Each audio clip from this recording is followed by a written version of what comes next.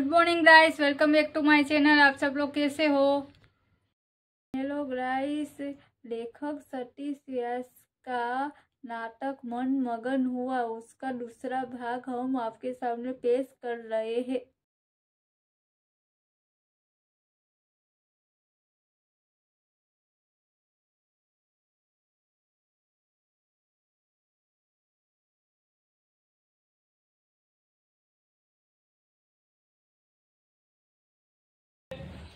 તો તું 15 મિનિટ તારી મમ્મી સાથે ગાળ અને હું મારી સુખભાવની સાથે 15 મિનિટમાં મળીએ પાછા. બેસ.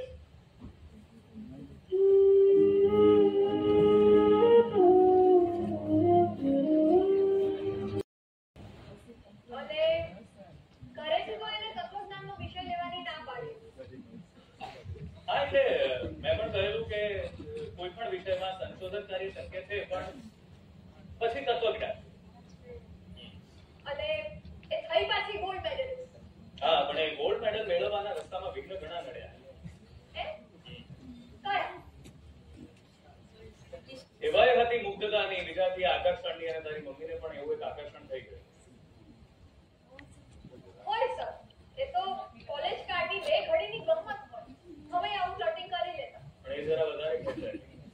થયેલું એવું કહું ને તને વાંધો નથી ને, કારણ કે તું લખવા માંગે છે એના વિશે તો થોડું શ્વેત શ્યામ, થોડું ભૂખરું અને આ થોડું ધૂસર. તારી મમ્મી એના એક સહ અધ્યાયી સાથે 4-5 દિવસ માટે જતી રહી. વાહ, મમ્મી તો સાહસી નીકળી. પણ સાહસ નીવડ્યું નિષ્ફળ. હશે સર, ઘણા સાહસો નિષ્ફળ જવા જ કરવાના. એ થઈ મોહભંગ, અને પછી ઘરવાળાએ પણ એના બીજે લગ્ન કરાવીને પૂર્વીમાં ગોળ ભાંગી નાખ્યો. એટલે એને પરણાવી તો મારા અત્યારના પિતા સાથે જ ને.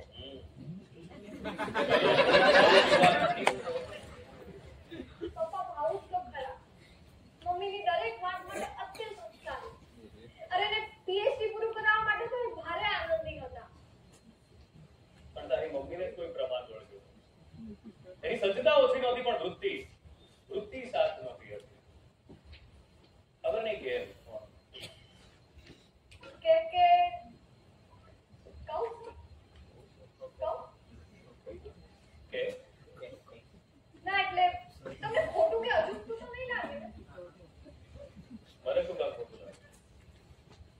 ખોટું ના લાગે તો કદાચ ક્રોધ પ્રગટે. વાત કંઈક એવી છે. હવે તો કે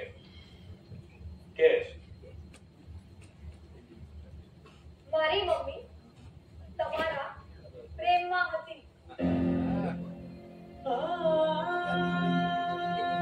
સાસ, તમને કહું છું, એ પેલા યુવક સાથે ભાગી ગઈ ને એની પહેલાની તમારા પ્રેમમાં હતી. એ હતી, અરે હતી છે. એ ચાહે છે માત્ર તમને. એ તમને સાંભળો છો ને સર? તમને કહું છું.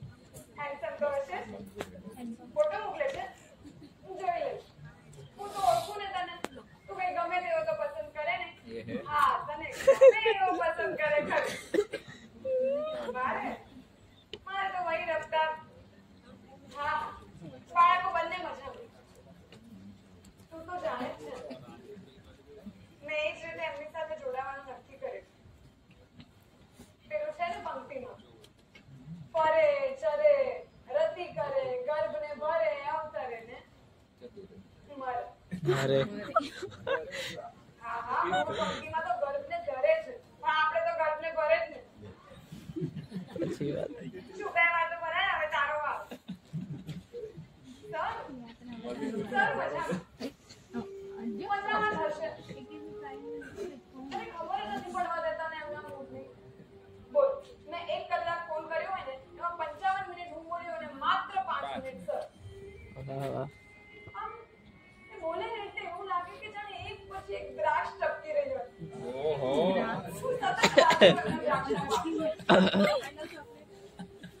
જાણે જ છે ને નાનપણથી. હા અચ્છા ચાલો સર. એક પક્ષી તો એક પક્ષી. One sweet love. એમનો મધુર સ્વર આહાહા એનાથી તો વચક છે. હા પરિવાર અને વચ્ચે બંને છે પણ તો મૂળાધાર તો એક સર. હા હવે એક મિનિટ સાંભળ. What મૂળાધાર? એ ફોન સાંભળ્યા પછી મને મારી મમ્મી વિશે બહુ મોટું આશ્ચર્ય થયું. મને થયું કે મારી ત્યાગ મૂર્તિ મમ્મી આખી રાગ મૂર્તિ કેવી રીતે થઈ ગઈ. હું સીધી તમને પૂછવા આવી શકી હોત સર. બધું એકલું એ મૂકીને જતી રહે છે પછી મારે શું કરવાનું કે હમણાં ખબર પડશે શું લખ્યા કરે છે આખો દિવસ. મારે ક્યાં પીએચડી જલ્દી પૂરું કરવું છે. મારે તો સરનો સંગા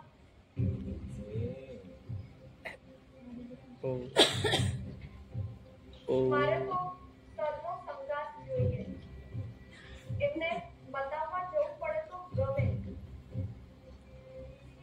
એમની ભાવગહન દ્રષ્ટિ પડતા ભીતર જે શેડો પડે છે એ એટલો તો પરિપૂર્ણ કરનારો હોય કે એને સુધારીને આપેલું ભૂલી જવાય અને ભૂલ્યા ત્યાંથી ફરી ગણો. ના ગણો નહીં ફરી માણો. સરની સાથે ગ્રીષ્મા લાવ એ ડાયરી આપી દે. તારી ડાયરી છે. ખુદા બધું સરખું કરતી કે એમાં હાથમાં આવી ગઈ. શું લખે છે એમાં? જો હું ગોઠવી દઈશ લાવ. કે તો ખરી મમ્મી શું લખે છે? જો ડાયરી કોઈની પણ હોય અંગત કર. એને બીજાથી ના વાંચે તું મને મારી ડાયરી આપ. હું ક્યાં આવી છું? હું તો તારી દીકરી જ છું ને. દીકરી હોય કે પતિ હોય ના વંચાય એટલે ના વંચાય. એવું શું લખે છે એમાં ખાનગી? ઘણું બધું છે. ગાંડું ગીલું ટૂંકા તરંગા જેવું તું લાવ ને તો તમને મજા પડશે. અમને ખબર પડે કે અમારી મમ્મી કેવું કેવું કલ્પી શકે છે. અરે અમને એટલું જાણવા મળશે. મમ્મી એકવાર જોવા તારે બધું જાણવાની કઈ જરૂર નથી બરાબર. તમે શાંતિથી એકવાર કહો મને મારી ડાયરી પાછી આપી. મમ્મી હું એકવાર ખાલી વાંચીને તું કઈ જ પૂછી દઈશ. ગ્રીષ્મા મારી ડાયરી છે તારે ના વંચાય એટલે મને પાછી આપી દે. એવું શું લખે છે તું એમાં? મને ખાલી એકવાર કી મને ખાલી મારી ડાયરી મને ખાલી એકવાર મને ખાલી એકવાર તું મને મારી ડાયરી છોડ ખબરદાર વાત પછી મારી ડાયરીને હાથ લગાવે છે તો અને તારાથી તો શું બીજા કોઈને બી હાથ ના લગાવાય. Stay away from it. Don't you dare touch it again. વાગ્યું મને. એવું શું છે એ ડાયરીમાં? પણ છેટે તો મેં ડાયરી શોધી જ કાઢી. અરે જાણું છું મારી મમ્મી ઓળખવી હતી મારી જન્મદાત્રી. સર એ જ્યારે તમને એનું લખાણ બતાવવા આવતી ત્યારે શું કહે? જ્યારે તમે એને કંઈક સુધારી આપો પછી એનો આમ મૂડ ના કરે ચપ્પલ પહેરીને જતા રહે. તાત્કાલિક કઢાવી નાખો. શૂઝ આપ મોજા પણ મેચિંગ. મેચિંગનું પૂરેપૂરું ધ્યાન રાખો સર. રાખો. હું એમની કાળજી રાખું. તો એ જ રીતે આ લખાણની પણ કાળજી કરું કે હવે આ તારું કાર્ય પૂર્ણ કર. એ ના બોલીશ કે આ વિશેષ મહિલા વર્ષ નિમિત્તે તને આ પ્રોત્સાહન મળ્યું છે, આ તક મળી છે, તો હવે એનો લાભ લે અને આ તકને છેલ્લી તક સમજી અને કામ શરૂ કર. અરે તો કર.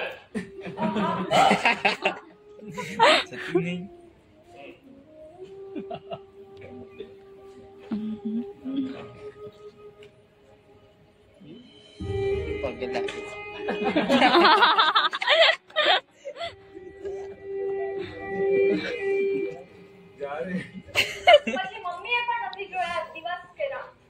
અમે પણ એને મુક્ત રાખી. ઘરમાં કોઈ કામ ન કરવા દીધું. ક્યારેક એ લખતા લખતા થાકી જાય તો હું કે પપ્પા શુદ્ધ લેખન કરીએ. એ બોલતી જાય અમે લખતા જઈએ અને આખરે એ દિવસ આવ્યો.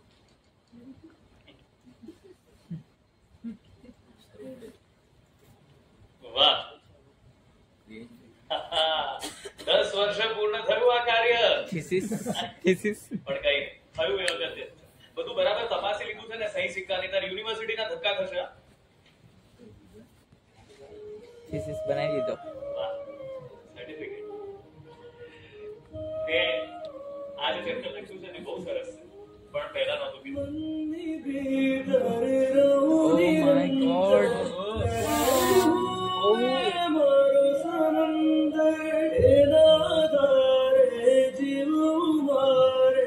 जीवन मारू जो है शिकारे आँखों थी तू कही दे मन खोट खोया बिना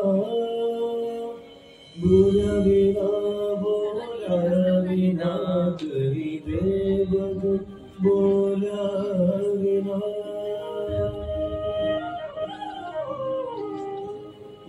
बोला बिना बोला बिना कही दे बदन बोला बिना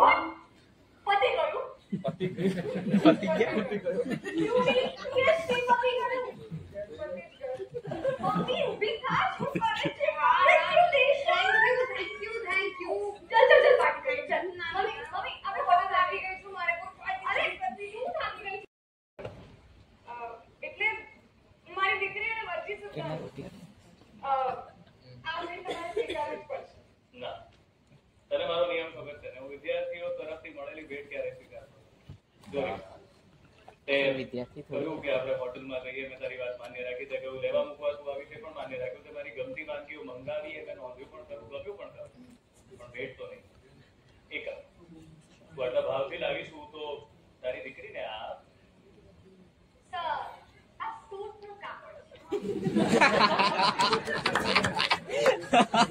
ખર્ચેદા કરી દઉં. તને આપવાથી મારો અર્થ એ હતો કે તારા પતિદેવ ઇક્ષ્વાકુ કુમાર માટે આપ.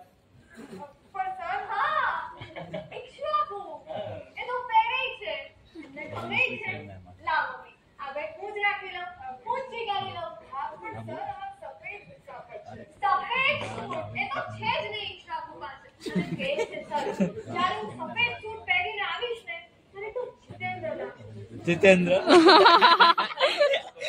જીતેન્દ્ર જીતુ શોભે. લે હવે તો તારા સરે ગયું. આપી દે મમ્મી, આપણે હું જ રાખી લઉં, હું જ સ્વીકારી લઉં. આપી દે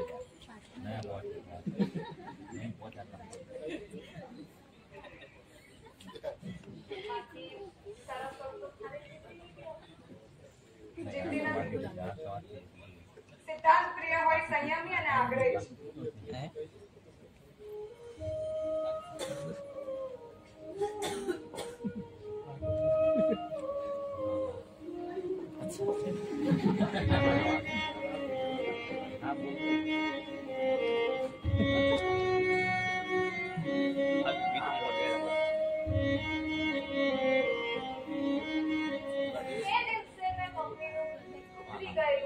પડી ગયેલું ખૂબ દેખી લીધું તું પણ મને થયું કે કદાચ થાકેલી હશે એટલે એવું થયું.